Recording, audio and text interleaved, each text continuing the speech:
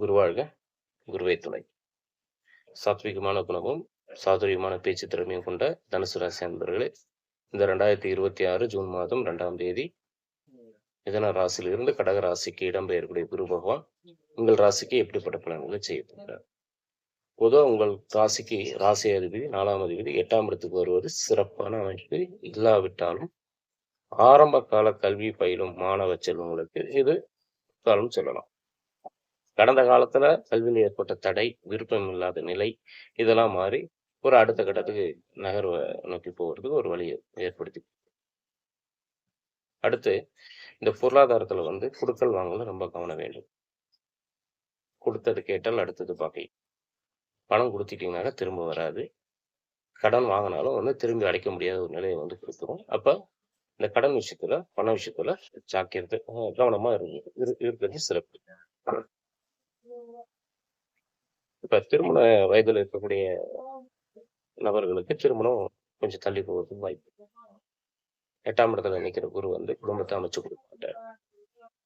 குழந்தை பாக்கியமும் அதே போலதான் கொஞ்சம் தாமதப்படும்.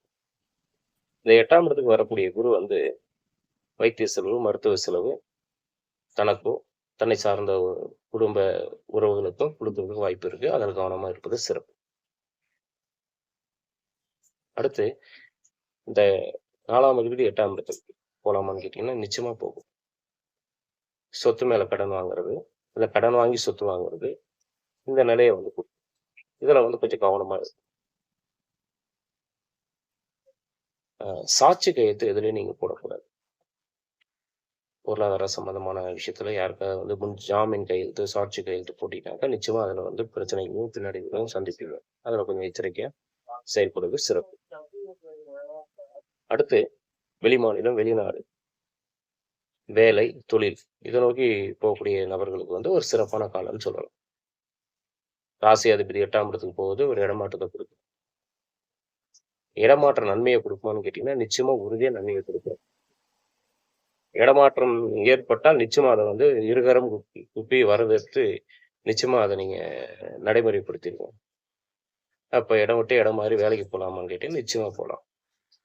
வெளியூர் போய் ஒரு தொழில் செய்யறேன், வெளிநாடு போய் ஒரு தொழில் செய்யறேன், வெளி மாநிலம் போய் தொழில் செய்ய போறேன் அப்படின்னா தாராளமா போகலாம். அடுத்து இந்த அண்ணன் தம்பி உறவு, சகோதரன் சகோதரி வழியில கொஞ்சம் கசப்பான நிலையெல்லாம் சந்திச்சிருப்பீங்க கடந்த ஆண்டு. இந்த வருடம் அதெல்லாம் சரியாகி ஒற்றுமை மேலும். ஆக இந்த குரு பயிற்சி உங்களுக்கு ஒரு 50% நன்மையை செய்யும். நன்றி.